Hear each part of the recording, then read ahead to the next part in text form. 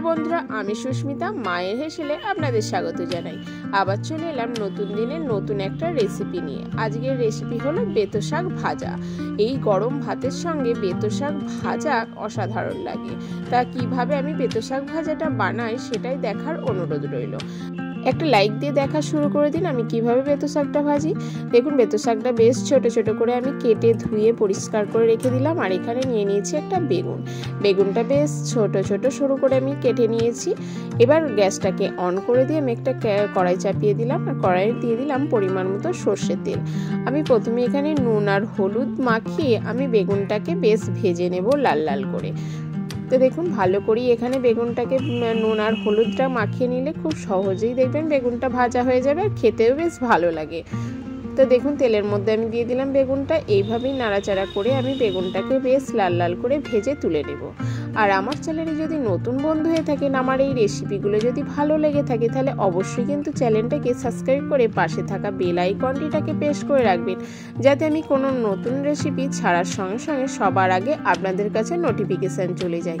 দেখুন, বেগুনটা বেশ ভাজা হয়ে গেছে। এরকম ছাঁকা তেলে বেগুন ভেজে নিলে কিন্তু খুব সহজেই বেগুনটা বেশ গায়ে কালারও চলে আসে, সুন্দর খেতেও লাগে। দেখুন, বেগুনটা ভাজা হয়ে গেল, আমি অন্য পাত্রে তুলে নিচ্ছি।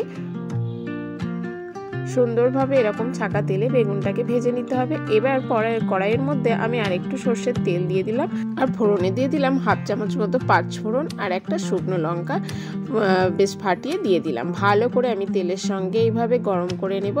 বেশ সুন্দর একটা স্মেল আসার অপেক্ষায় থাকবো। সুন্দরভাবে কিন্তু ফোড়নটাকে ভেজে নিতে হবে, তাহলে কিন্তু খেতে কিন্তু খুব সুন্দর লাগে।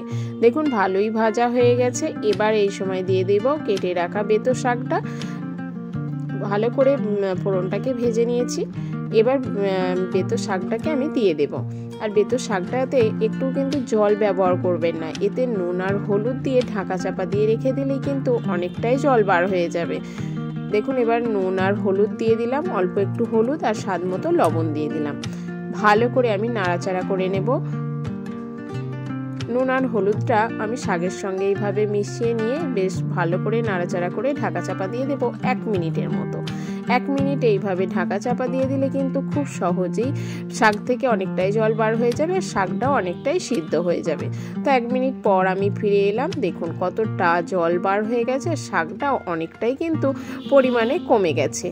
এবার ভালো করে আমি নাড়াচাড়া করে নেব, আর এই জলটাকে ভালো করে কিন্তু শুকিয়ে নিতে হবে।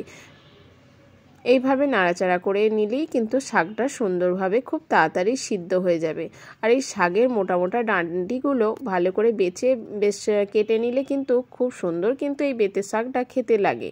দেখুন, শাকের জলটা অনেকটাই শুকিয়ে গেছে। এবার ভেজে রাখা যে বেগুনটা রেখেছিলাম, সেই বেগুনটাকে এবার দিয়ে আরও 1 মিনিট এইভাবে আমি ভালো করে ভেজে নেব। এইভাবেই নাড়াচাড়া করে আমি ভেজে নেব। সব জলটাই ভালোভাবেই শুকিয়ে গেছে, আর কড়াইয়ের গায়ে দেখুন লাগা লাগা হয়ে যাচ্ছে। এবার ভালো করে আমি নাড়াচাড়া করে তুলে রাখবো।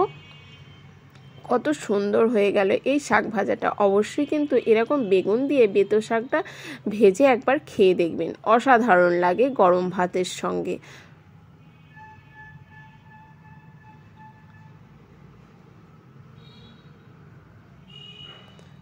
ভালোভাবেই বেতো শাকটা ভাজা হয়ে গেল, আর কোনো ঝামেলা ছাড়াই কিন্তু খুব সুন্দর একটা রেসিপি।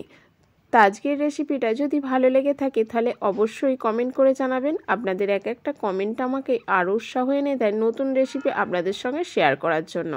আর নতুন বন্ধু হয়ে থাকলে চ্যানেলটাকে সাবস্ক্রাইব করে পাশে থাকা বেল আইকনটিটাকে প্রেস করে রাখবেন। সম্পূর্ণ ভিডিওটা দেখার জন্য ধন্যবাদ। ভালো থাকবেন, সুস্থ থাকবেন। আবার দেখা হবে পরের কোনো রেসিপিতে।